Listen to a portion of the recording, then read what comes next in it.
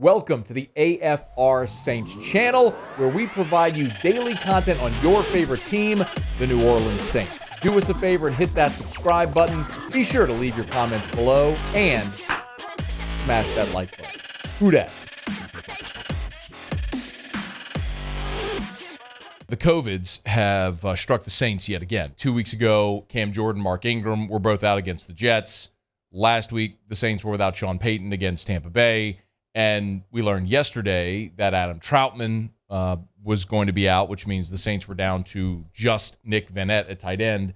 And now today, Thursday, we learned that the Saints quarterback room has been hit by the COVIDs, with both Taysom Hill and Trevor Siemian testing positive. They are in the league's COVID protocol, which means it's the Ian Book show, y'all. That's it. He's the last remaining quarterback. Alvin Kamara would be the Saints' emergency quarterback as of right now, should they need him. There is the possibility the Saints could try to add a quarterback, and likely would try to add a quarterback somewhere to serve as the backup. But as of now, it's Ian Book against the Miami Dolphins on Monday Night Football. Book will become very likely the fifth quarterback to start for the Saints this year, after having one guy for the last 15 years. I want to talk more about Book, but this, y'all, is why for the last half decade or so, when many of you were saying, get Breeze out of here, he's over the hill, past his prime, I kept saying, hey, no. You ride that thing until the wheels fall off.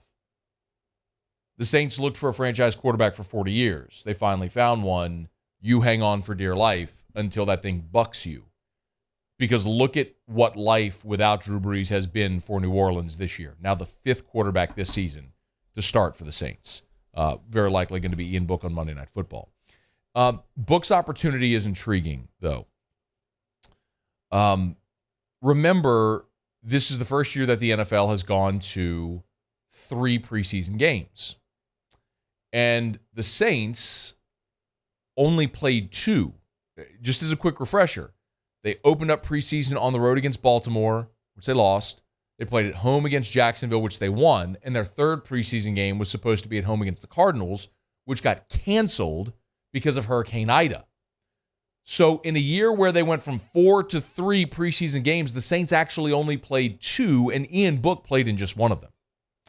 Ian Book's only action as a New Orleans Saint was in the preseason opener against Baltimore. Taysom Hill and Jameis Winston played the first half of that game, and Ian Book got the second half. Then in the second preseason game, we saw Hill, Winston, and Trevor Siemian for the entirety of that second preseason game. We did not see Ian Book. And then the third preseason game was canceled. So the only action we've seen of Ian Book all year was the second half of the first preseason game against Baltimore. He was 9 of 16 for 126 yards, no touchdowns, and threw a pick. The pick was the game sealer. If you remember, you probably don't, but it was the first preseason game. You probably don't remember this. But it was an off-balance, fallen away heave late in that ball game, and it was intercepted by Sean Wade with about a minute and a half remaining, and that sealed the game for Baltimore. That was it. That's the only preseason action we saw. That's the only action we've seen of Ian Book the entire season. For whatever it's worth, this is what Sean Payton during the summer had to say about Ian Book during camp as they were getting ready for this season. He's done a good job. He's picked things up. You know, we give him a hard time because he's a rookie, but he's handling everything we're giving him, and I like the early signs and the moxie from him. It's been good. Book gave sort of a generic, it's going well, I'm learning a lot. But he also talked about the growing pains of being a rookie in the NFL. Yeah, I mean, it's the NFL. It's obviously, there's a lot of growing to do, for everybody, as a rookie and as you go on. I've had those moments. You can't be late. It'll be a pick and it'll go the other way, that's for sure. And maybe in college you might be able to get away with it, and especially in high school. But just got to be on time. You got to know where your checkdowns are. It's huge. You got to understand where everyone's got to be. And honestly, I try to think of it as, what the defense is doing. What are they trying to accomplish in their coverage? That's the biggest thing, and that'll help me get through all my reads quicker. But yeah, I've had a few moments like that. Good and bad, obviously. I think you come into this league and you're going to have a few of those moments. Smart. Played a lot of football at Notre Dame. The winningest quarterback in that program's history. Book was 30-5 as the starter at Notre Dame. Won more games than anybody. 4th-round pick of the Saints, of course. And likely would have been a higher draft pick but for his stature. He's 6 foot tall. And that's a knock on a lot of guys if you're not Kyler Murray or Baker Mayfield and you have that type of dynamic ability. And remember, Mike Detillier actually called that on the show last year, that Ian Book, that the Saints were going to take Ian Book, and he called that before the draft because of a lot of conversations that he had had with Sean Payton and knowing that Sean Payton really liked Ian Book. The athleticism could potentially provide that Taysom Hill role of an athletic quarterback that could be used as a runner without compromising what Taysom does as a thrower, which he's just not very good at. I'll also say the benefit of Ian Book is that he's been with New Orleans all year. So you can scheme a game plan and run your offense. Look by contrast what Washington football team just had to do. They go and they pluck Garrett Gilbert, Caleb Gilbert was a pitcher at LSU. Garrett Gilbert off of another team's practice squad a couple of days before the game, and boom, he's starting. You don't know the personnel. You don't know the playbook. You don't know the system. All you know is just basic concepts that you can go try to execute. And it didn't go well for Washington, obviously. The benefit of Ian Book having been here all year is while you're not getting a ton of reps, because live reps are so limited in the NFL in practice now, they all go to the starters. Ian Book hadn't been getting a lot of reps. At least he's been there in the meetings, on the sideline, at practices. He knows the playbook. He knows the terminology. He knows the personnel. Like, he knows what they're trying to accomplish. So you can actually go implement a game plan. Now, how well does he execute it? We'll see. He hadn't played really this year. Hadn't played at all in the regular season. But at least it's a guy who's been there, and you have that benefit. The other thing, the Saints are 30th in the NFL in passing offense and dead last in completion percentage. Hey, Muse, here's a Christmas vacation line for you. Worse! Look around you, Ellen! We're on the threshold of hell! How can it be any worse? You're literally dead last in completion percentage. How can it be any worse? It can't be. You're dead last. So, hey, Ian, don't be the worst quarterback in the NFL this weekend. Maybe he will be. Don't know. Maybe it won't matter. You just won a game 9-0. Who the hell knows? I'll